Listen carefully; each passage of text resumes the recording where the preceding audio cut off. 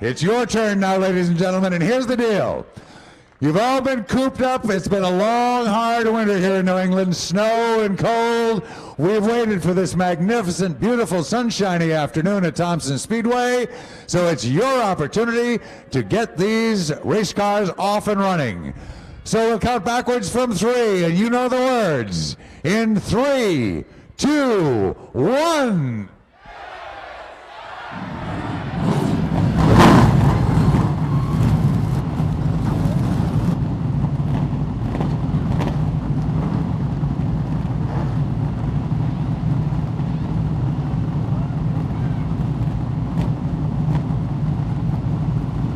Some people, springtime starts when they see the first robin. To other people, when the neighborhood hot dog stand opens. But to race fans, the spring has just started right now with the roar of the engines for the first Whelen Modified Tour race of 2006. It's a prestigious race, one filled with tradition, the Icebreaker. And in just a few moments, there will be 37 cars who will move behind the pace car for the parade laps and in anticipation of what is going to be a spectacular way to start the 2006 season. Already some news before the race starts. 3 drivers have been penalized for working on their cars after time trials. Lights are out around the racetrack and on the pace car, and that can only mean one thing. That looks like we are just about set to go. The Dodge Magnum pulls in. The lighting has been turned out all the way around the speedway. The modifieds slowly emerge from turn number 4. Here they come down to the line. The 150 is underway on Icebreaker weekend. And Jerry Marquis will beat everybody into the first turn, and it looks like the field goes through turns 1 and 2 without any difficulties. That looks to be the case, and Jerry Marquis sets a very, very quick pace early on in the event. Runs up in front. He's ahead of Steve Witt in the 06. Keep in mind, those two were the big names in the time trialing. And Witt looks like he has something to offer Marquis in the early goings here this afternoon. He is starting to nibble away at the shoelaces of Jerry Marquis in the battle for the lead. Donnie Leah in his hip pocket in car number 18. Once again, everybody able to go through the turns without any problems after the first 2 laps. Jimmy Blewett is right there with car number 12. Zach Sylvester in the 15 car. That's how they head down the back straightaway.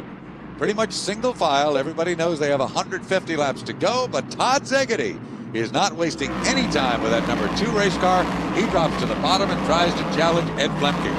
Now he tucks in right behind the 10 car. Almost a little bobble a lap ago for the 36 of Mike Andrews. He was able to make the recovery despite the persistence of the guy behind him, Ronnie Silk. They continue to run bumper to bumper, single file with a few exceptions, and one of those is Szegedy. He continues to look to the inside, run down low. Nobody wants to let him in, and as a result, he finds himself now going backwards just a little bit as Hirschman pulls up alongside on the outside.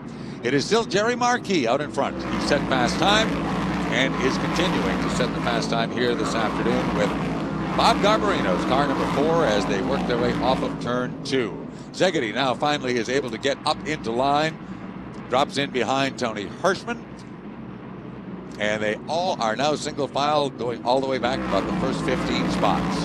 The only driver taking a double file gamble, Kevin Goodale, as he tried to bury his way underneath the 11 of Anthony Cecily. Those 2 cars are handcuffed together as they hit turn 3, and John Blewett has become involved in car 66. Indeed he has. Keep in mind, the Blewett family has a long, long history, a great history in the modified ranks. John is there with the 66, and of course, you can never count out car number 12, Jimmy, the other Blewett, who is running in position number 4 in the early goings of this event. Jerry Marquis, a master of maintaining the lead, trying to conserve his tires. The only scramble is deeper in the field. Goodale goes around in 58 and takes John Blewett with him. Eric Beers also involved, and there is a mess behind Beers. We've got him stacked right up in there.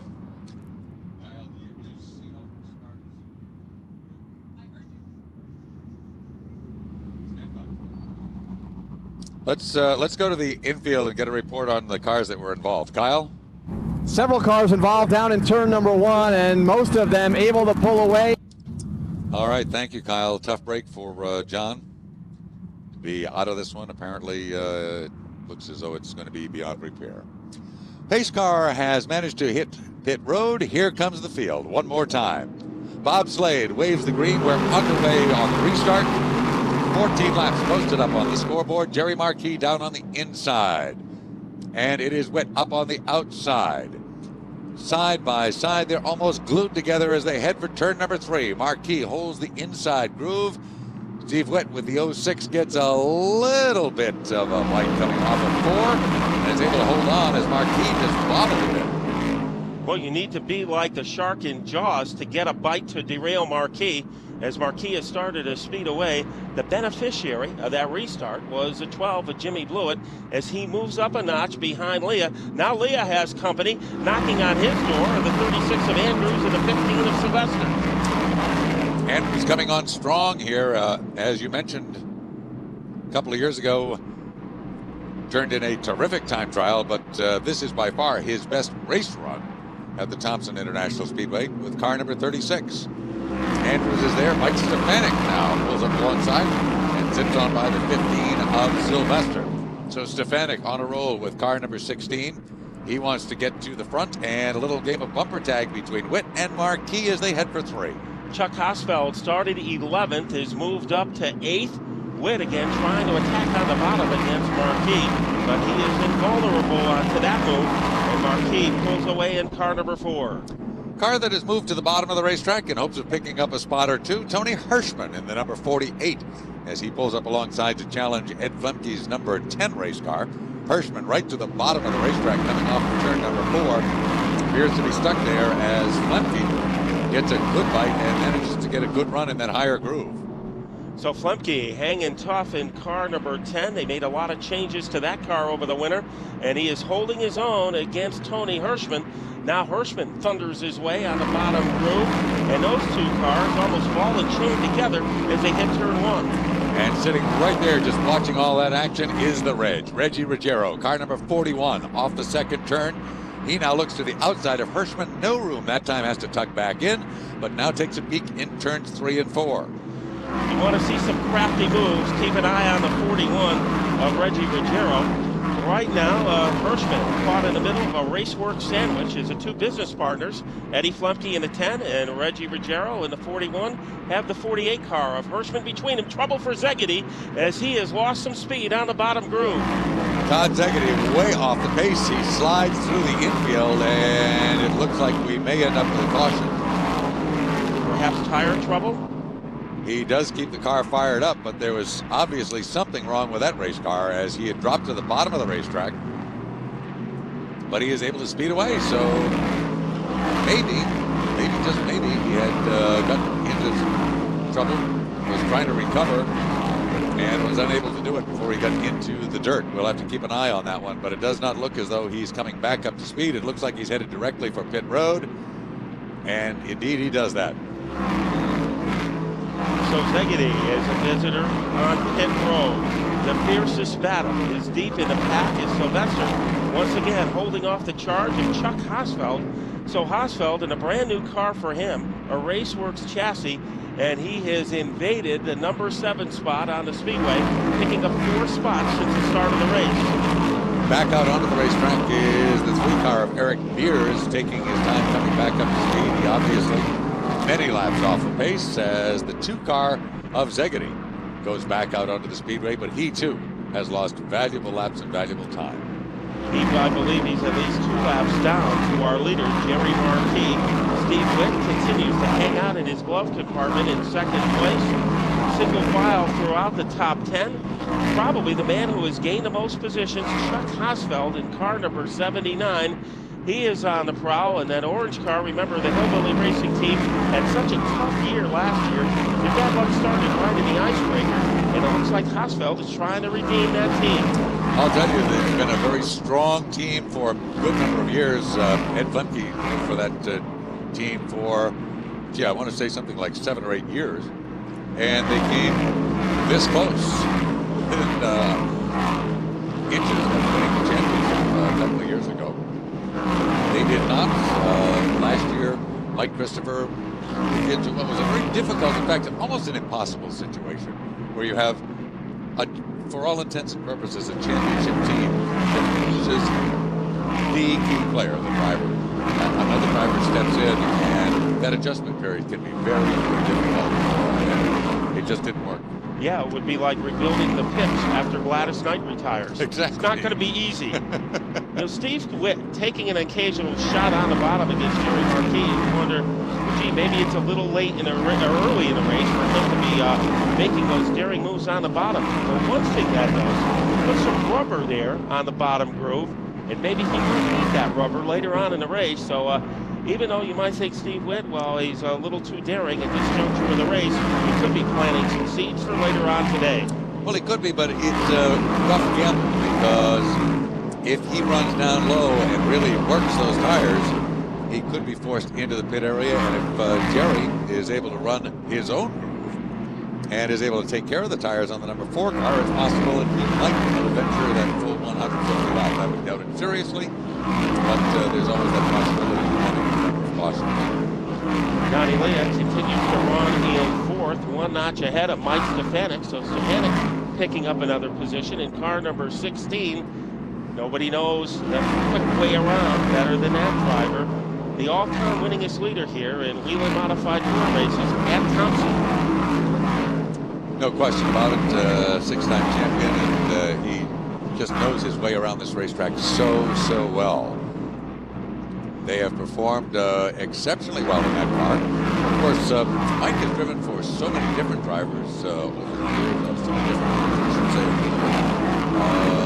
and his ability has managed to shine in everything that he's had.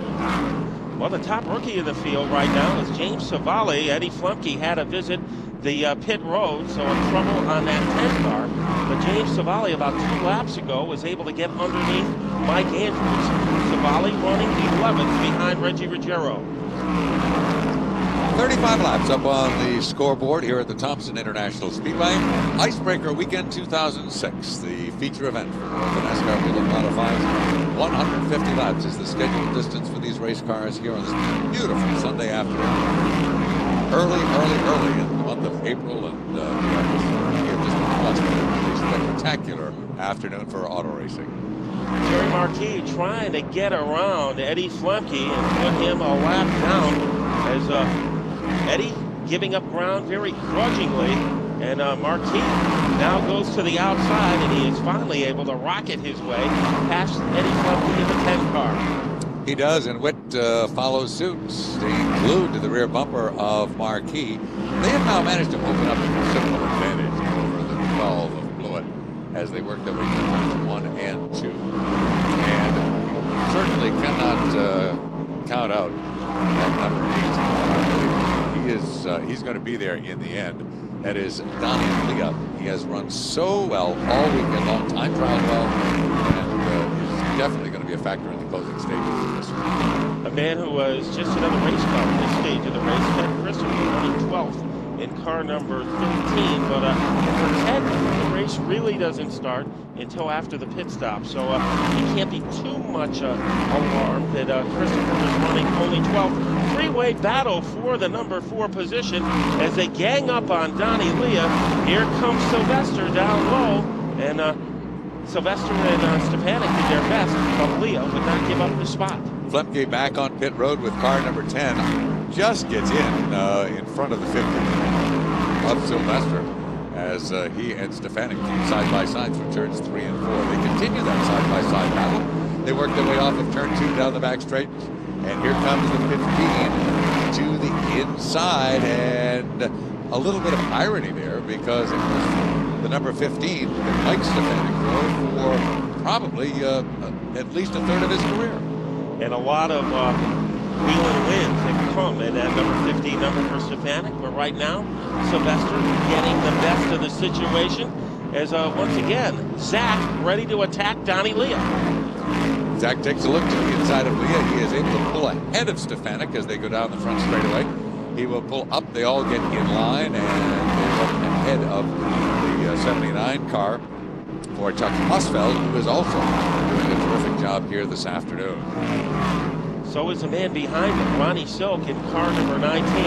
He looks very comfortable, looking like he belongs in this elite competition, as right now he has a top 10 car.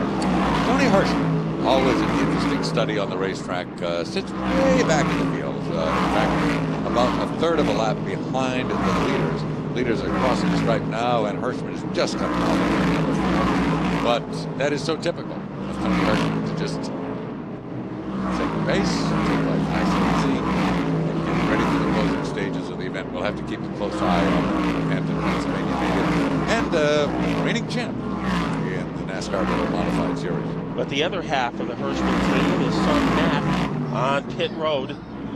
Trouble in turn 2 as our leader. Is Jerry Marquis. Flames coming from the front of that car. Jerry Marquis, as that car grenaded in turn 1. Obviously what has happened there is fuel pump broken right off of the right front of the engine. And that is what ignites the fires underneath the hood of those cars. Fire department immediately on the scene. They get the fire out, and of course now the question is that they attend to Jerry Marquis.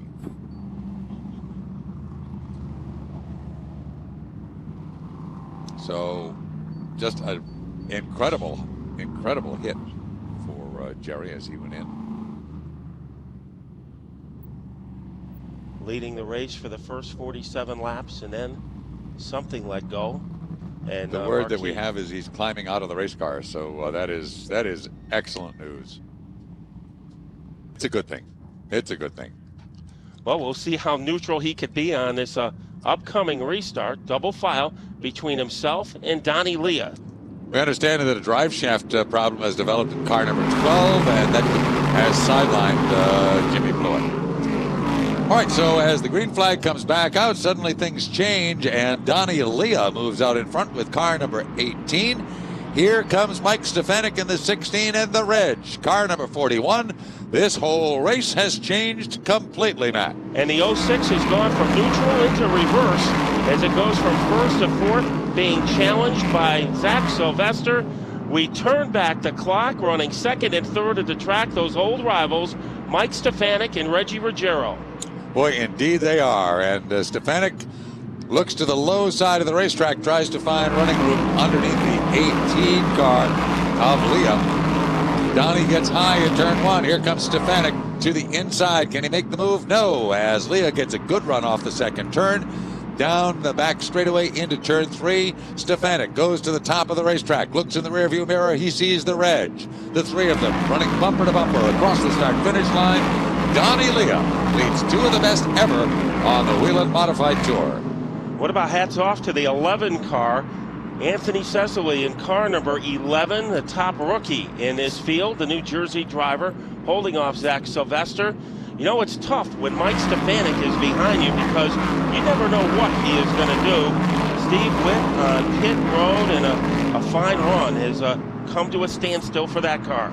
Stefanik doing what he does best, and that is run in that 2.5 second groove, keeping the car up there, trying to do 2 things: conserve the tires and also draw the leader up the racetrack just a little bit so that he can then drop to the bottom of the racetrack and make a move. And he has all but patented that move. Developed it a little further than Bug Stevens had during his career, and Mike Stefanik has absolutely mastered it. Remember, Chuck Hosfeld pitted for tires, and now he is able to get underneath, croquet under the 13 of Ted Christopher, perhaps, to pick up a spot. Sylvester does just that. He drops to the inside and picks up the spot from the 11 of Cecily. Sylvester right down to the bottom of the racetrack, and now he indeed moves solidly into position number 4. But the lead trio has managed to pull away just a little bit. It is car number 18, Donnie Leah out of Jericho, New York, leading in the Icebreaker 150. Remember, Doug Colby started at the rear of the field because he worked on his car during the downtime between qualifying and the start of the race, and if he is on the lead lap, that is a miraculous recovery for the driver of car number 77. And I believe that we'll find that he is indeed on the lead lap. So not to be, because he's running exceptionally well. We didn't see him in the pits. So the 77 starting to challenge Cecily for the 5th position. All right, the 00. We haven't heard much from Rick Fuller this afternoon, and it looks like he's now beginning to move into the picture with the Joe Brady race car. Fuller, of course, a veteran and one of the local favorites. In fact, the local favorite, I guess, seeing he's from just up the road in Auburn, Massachusetts. But that's a tough one because Rick is close by, the Pastriaks are close by, Mike Stefanik also close by. Reggie takes a peek to the inside of Stefanik. Off the second turn, Mike puts the throttle down and takes over the spot once again, but he knows he's got his hands full with the Reg. Yeah, he's got to worry about that bonsai move from the 41 of Ruggiero. So Stefanik feeling the heat from Reggie, so he decides to put some heat on the 18 of Leah. This could change their strategy about tire management because Reggie appears to be in a hurry to get somewhere fast. And that somewhere is 2 more positions in front of where he is now. The number 41 race car with Reggie Ruggiero at the controls. He certainly has not forgotten his way around Thompson Speedway. Lap 67 has just been completed, and it doesn't look like our top 4 of Leah, Stefanik, Ruggiero, and Zach Sylvester are worried or concerned about conserving tires. These guys are really going at it. Tell you, the second half is going to be interesting as all of these drivers are now going to force the issue, and they'll all have to come into the pit area and pick up some tires. You can almost take that one to the bank. And you can expect that anytime after about the halfway mark. But Donnie Leah, car number 18, doing a heads-up job. And as we mentioned earlier on, before this one was over, Donnie Leah was going to have to be a factor to be contended with. Boy, but this is classic late 1980s, early 1990s racing. The shootout between Stefanik and Reggie Ruggiero. They have hooked up quite a few times in the past. Sylvester, the youngster, tagging along in car number 15. These two have gone at it from the bull ring at Riverside Park all the way to the 2.5 miles. The year that they ran the 2.5 miles at Pocono in the modifieds, and tracks of all shapes and sizes all up and down the East Coast. Doug Colby continues to run in the number 5 position, holding off Ronnie Silk. Chuck Hosfeld, it took him a few laps to get by Teddy Christopher, but now he is moving quickly in the number 7 position. And remember, of our top 7 cars, Hosfeld has the freshest tires, but he's going to have to make them last for 102 laps. That's going to be a real challenge, and we'll see if he's able to do it. If he is, it will prove to be, in hindsight, a brilliant move to come in on lap 48 as he did. All right, off the turn they come. Laps continue to tick away. We're approaching the halfway mark very, very soon. As 73 go up on the scoreboard for the driver of car number 18, Donnie Leah, out of Jericho, New York, the Huntington Honda sponsored race car. Yeah, because of the hard racing put in the last 20 laps or so by Leah, Stefanik, Ruggiero, and Zach Sylvester, I think if they could get 150 laps out of those tires, the designer should win the Nobel Prize for Physics, because they have really put those tires to the test. The next caution flag, Russ, could be extremely interesting. Reggie right down to the bottom of the racetrack. Kicks up a sandstorm as he comes off of turn number 4. He was right down in the dirt with that number 41. Matt, take a look. Doug Colby and the rest of the players behind him. They've managed to close that gap. It's down to about a car length now, and we've got a problem over in turn number 2. Yellow like is out, and 90 car. Rene Dupuis. So the yellow is out, Russ, and I think things are about to get very interesting on pit road because all of the Whelen lighting has been turned out around the speedway. Pace car is in, and we're ready to go. Here they come off of turn number 4. Green flag is back out. We have managed to shuffle the deck, And let's see how this game plays out as we head back into turn number 1. A little caffeine twitch for Jamie Tomeno coming off the 4th turn, and that gives Hirschman the room to scoot into 2nd. Hirschman moves right in on the rear bumper of Hosfeld. Chuck takes it just a little bit high coming off of 4, and he too has that little twitch as he settles in as the leader. But Hosfeld leads Hirschman. Then it is Jamie Tomeno in car number 99. And keep an eye on the cars that were in the lead positions early on. They are stacked up side by side, bumper to bumper, and a lot of traffic to get through in order to make it back to the front. Zach Sylvester appears to be leading that charge. Remember, he was the first out of the pit, but right now he's getting a challenge from the Reg. Reggie Ruggiero on the outside, Sylvester on the inside. Stefanik is also there. Maybe a little tap between Sylvester and Ron Uhas, and that gives Ruggiero an advantage. Reggie picked the right lane, and unfortunately Mike Stefanik got caught way down low, and it has cost Stefanik about 3 positions because he's going to have to squeeze back up in front of Toby if he can, and he does as they head into turn number 3. Trouble for Hosfeld. Maybe contact between himself and Hirschman, but he is able to make the correction and hang on to the lead. Tony Hirschman right there, just waiting for an opportunity to strike. There's probably nobody out there that has more patience than Tony Hirschman, and he's willing to wait this one out. He's still got a long way to go. We've still got, in addition to 60 plus laps. So Tony Hirschman is not in any particular hurry here this afternoon to take over that top spot. But you can bet that Chuck Hosfeld can feel the heat from those headers all the way inside the cockpit of that number 79. Once again, Hosfeld high in turn 4, gave Hirschman plenty of room, but he wasn't quick enough to take advantage of it that time. You know, it's good to see that number 47 car, Jim Soros, one of the nice guys in this tour, running 4th. Maybe he's not going to finish there because the front runners, when they get their tires ready, or might pass him by, but at this stage of the race, it's I think healthy for the race to see a guy like Jim Storis, a hard trier, hang tough among the top 5 cars. What we're witnessing speaks volumes for the quality of the race cars on this tour. Many times after pit stops, you'll see the leaders just blast their way right back through the rest of the field. This is not the case. These leaders are really having to work to get back to the front of this field, and they've got some pretty tough cars to get by, and I think that it says all in all that we're dealing with an exceptional field of race cars for the 2006 season. And it's interesting to watch the way Chuck Hosfeld is getting around this track in turns 3 and 4. He is taking that high line, getting momentum off the banking of the 4th corner, and it is working because he is holding off Tony Hirschman. And it also conserves the tires. As long as he can stay up high and make the turns as wide and as sweeping as he can, and we've got a problem over in turn number 3, between 3 and 4, and it is the 12 car of Blewett. Goes around as a 360, comes back to life and gets underway, but not before the caution flag comes out. Well, for showtime, the show has just turned into a horror. Gets a lap back. That's the way it works.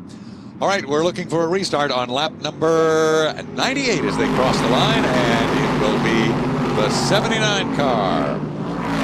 Chuck Hosfeld off the 2nd turn. He's leading Hirschman once again as they head down the backstretch.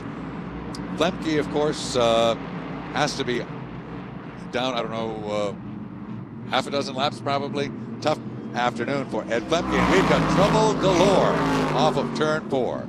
The big one. Doris, Kobe involved. We've got them literally stacked up there. The 47 car pulls away. That's Jimmy Storis. The 18 car, Donnie Leah, was involved. The 14 of Mike Christopher.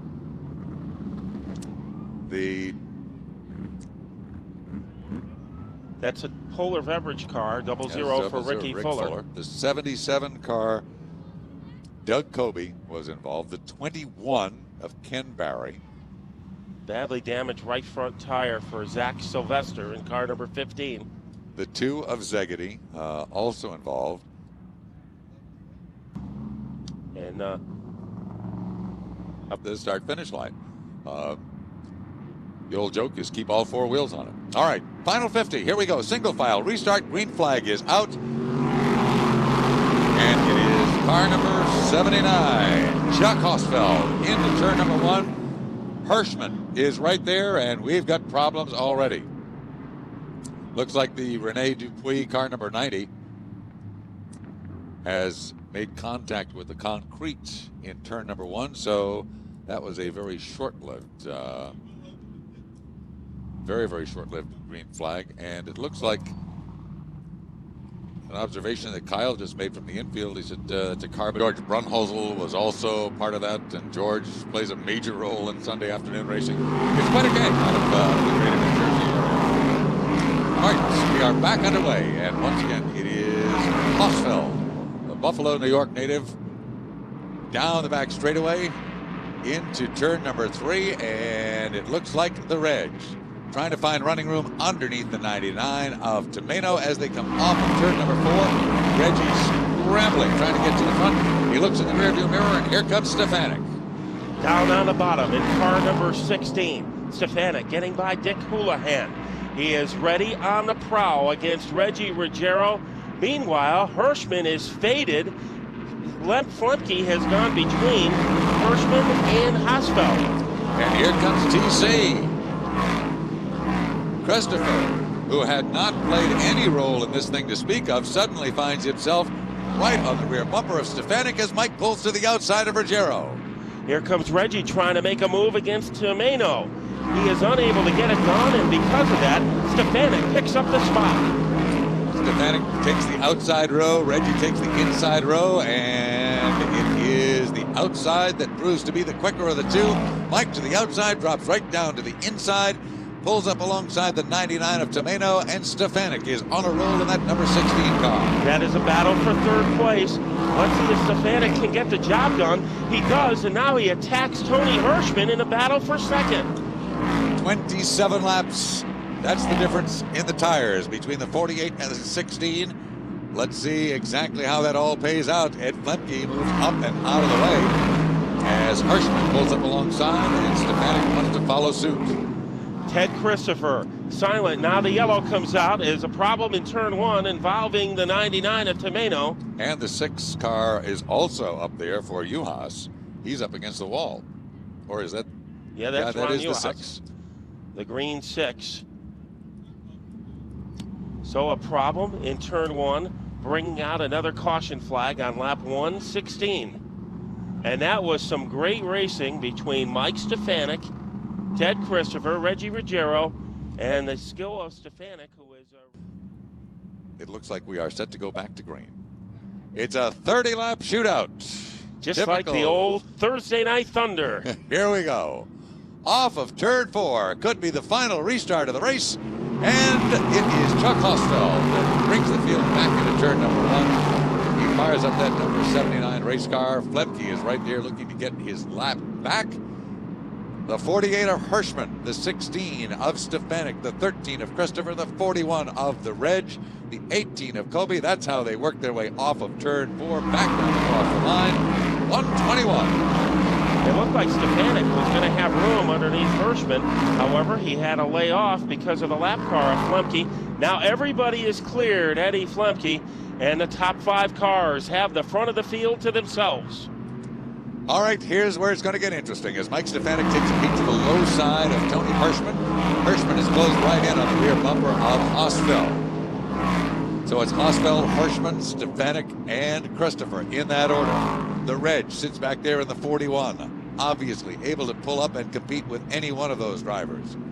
Down to the low side, Hirschman out of shape. And that gives second place to Stefanik. In fact, Hirschman drops back.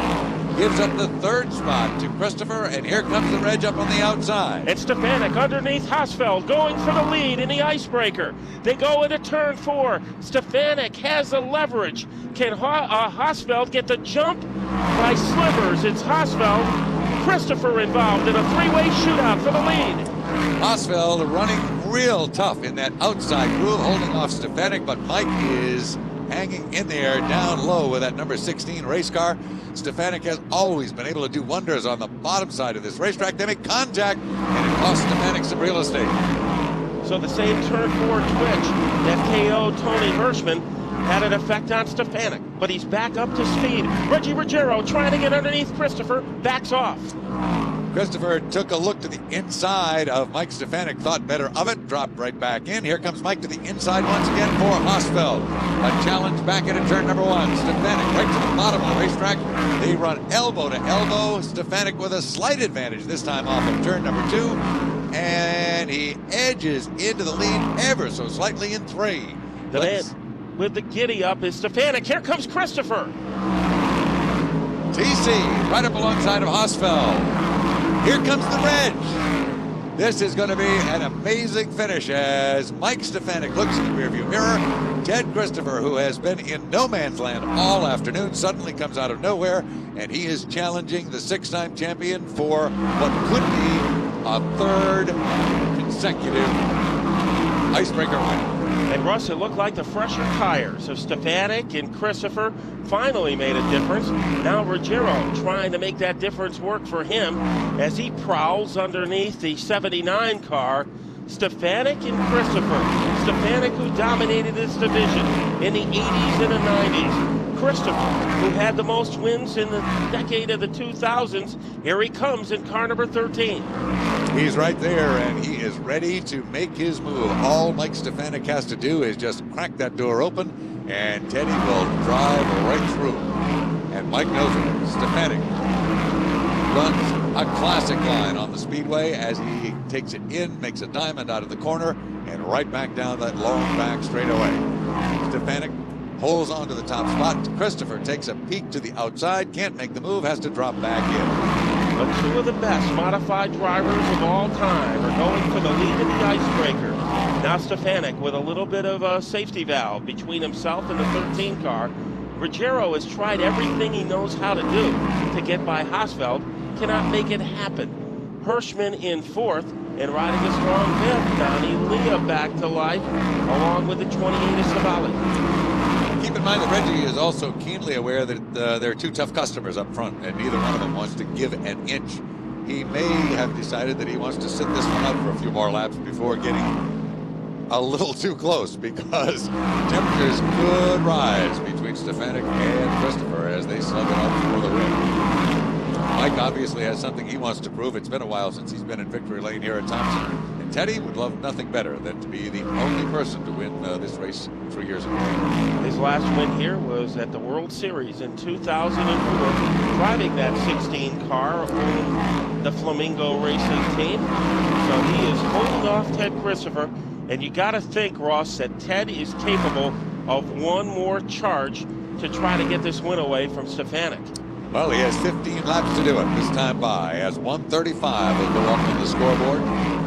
Into the final 15, it is basically nothing more than a qualifying race now. And Mike Stefanik has the lead. Ted Christopher holds on for 2nd. Hosfeld doing just a bang-up job in the Hill Enterprises number 79, holds on for 3rd. Reggie has had a great run here today with that number 41 car. He's in the 4th position. And Tony Hirschman rounds out the top 5 with car number 48. A little contact further back, enabling Savali to move ahead of the Leah car. Now lap traffic, Cecily, the obstacle for Stefanik, and he deals with it very efficiently. Christopher hanging tough. We thought that Chuck Hosfeld's days at the front might be numbered when the big guns started to go by him, but he is hanging tough. Trouble for Leah. Donnie Leah's car limps down the front straightaway, and he pulls out of harm's way. We remain under green. 12 laps to go, and the 16 of Stefanik starting to stretch it out just a tiny bit. Ooh, look at that. Coming off of turn 2, Stefanik just powered his way out to about a 4-car length advantage. Teddy closed going into 3, but Stefanik is awesome coming off the ball. You know, when he's got the lead in this race and he's just running time trial laps for himself, here comes Hosfeld trying to take 2nd away from Christopher. Ruggiero following him in the hole. It is Hosfeld back in his 2nd. Here comes Ruggiero and Christopher battling for the 3rd spot. Teddy apparently developing some problem with his race car. Here comes the Reds to the inside. Hosfeld already made the move. He's in the second position. Teddy now trying desperately to hold on to third as Reggie works the inside row. Now Hosfeld trying to stalk down our leader, Mike Stefanik. If there was a turning point in this race, Russ, I think it was when Stefanik, during a brief green flag area, Stefanik went from third to sixth, making inside moves, outside moves, and becoming a contender. And then he was in a great position to take over when the tires started to fade a little bit from the 48 of Hirschman and the 79 of Hosfeld. Not only that, but I think that there's probably little question about what he's got the quickest car on the racetrack in the closing stages of this event. Reggie to the inside of Teddy. Great battle for position number 3 as the laps dwindle down. 1:43 up on the board. 7 laps remain. And he has about a 2-car length cushion over Hosfeld, Ruggiero, and Christopher still going at it. And that is a battle. 2 guys from one guy who grew up in Forestville, the other guy who grew up in Plainville. And a lot of people compared Christopher's driving style to Reggie Ruggiero. So it's interesting to see those 2 guys battle for third. But when they hit the stripe, we're down to the final 5 laps. Can Mike Stefanik do it? He's done it time and time again, and all he needs is to keep that speed underneath him for the next 5 laps. As car number 16 appears to be doing very, very well this afternoon. Into turn number 3, Stefanik leads Hosfeld. Chuck closes in, but Stefanik puts that throttle down and once again just leaps out of the corners. He is awesome. It looks like on that last lap, Hosfeld got a little oomph out of that outside groove. Not enough to pose a serious problem. He tries it again, a little contact between the 2 front runners. No problems for Stefanik. Next time by, the 2 to go markers will be shown. Well, Hosfeld still has something left in car number 79. We are ready for the final 2 laps. Hosfeld going high again. Stefanik hugging the bottom. He is 2 laps away from one of the more dramatic wins of his long career. The all-time win leader on the Whelen Modified Tour. The all-time Whelen leader here at Thompson Speedway continues to lead by about a car length. This is where Hosfeld does his best work between turns 3 and 4.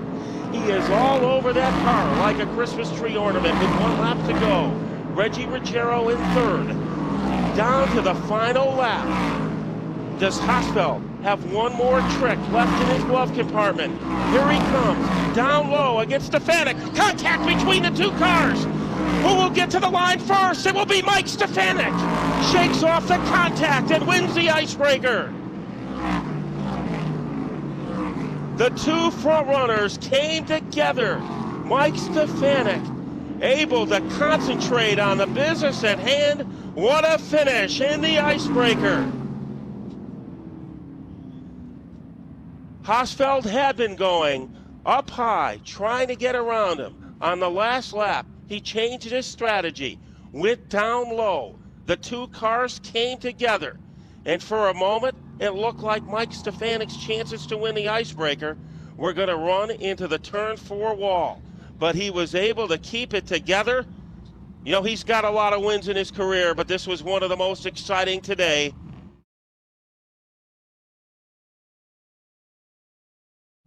Mike Stefanik back to full-time duty on the Whelen Modified Tour and back into victory lane. The man to greet him will be Russ Dowd. Matt Buckler, jump in one moment. One final report from pit road. A lot of people wanting to know what happened to Donnie Leah. The 18 car, while running in the 6th position, ran out of gas with just a few laps to go. Tough break for Donnie Leah. Always does well here at Thompson. So a tough opportunity for Donnie Leah, but a wild scene at Victory Lane. That's where Mike Stefanik is, and that's where Russ Dowd is.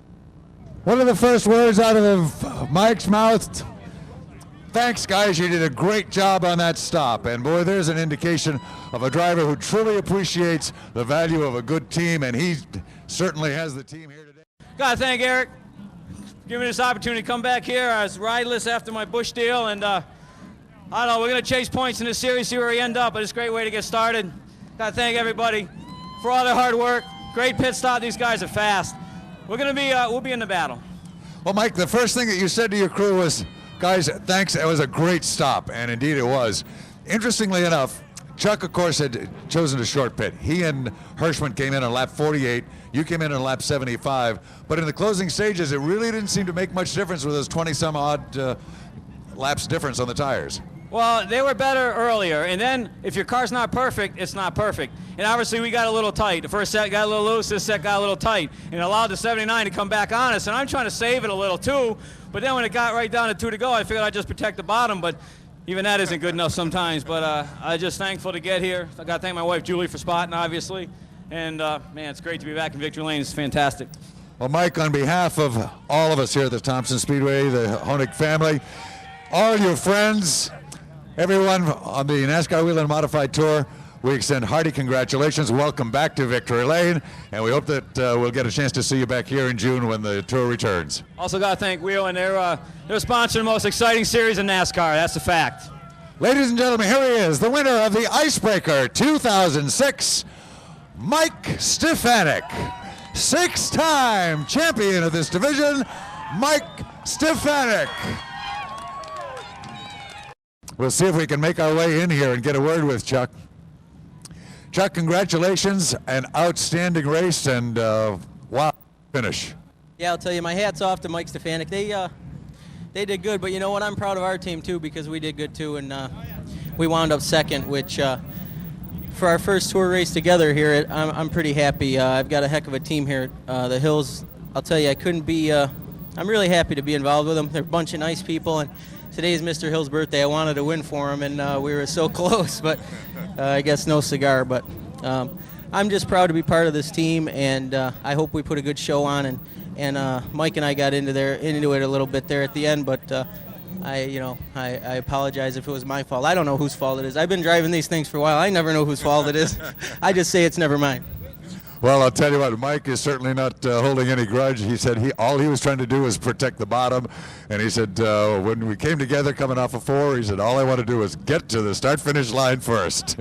Yeah, you know, he's a heck of a driver and a true champion. And I don't like to finish to anybody, but I guess if you're going to finish to somebody, it could be a guy like Mike Stefanik.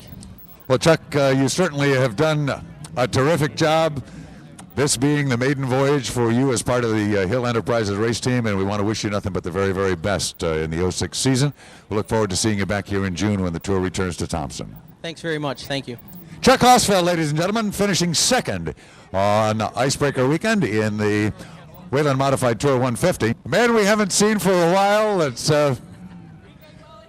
has been a while. Reggie, it is good to see you. Welcome back to Thompson, and what a way to come back. I love this racetrack. I've always did all my career, and we just never had a chance to come here. The fellas, they have their own business. It's hard for them to get away, and this week they just wanted to come here to the first race, and car ran really good. We didn't qualify well, started 20th, but at the end of the race, it was really going good. After we changed tires on lap 90 or whatever it was, the car was a little bit too tight, and Stefanik got by, but after a long run, we were really fast. You were really hooked up, and I'll tell you, it brought back some amazing memories watching you and Mike Stefanik go at it, wheel to wheel, door handle to door handle here. It was a great, great race. Yeah, the old guys are still here, don't worry. Well, Reg, congratulations. It's great to see you back here at Thompson. We'll look forward to seeing you again, hopefully when the tour returns on June 29th. Reggie Ruggiero, ladies and gentlemen. And believe it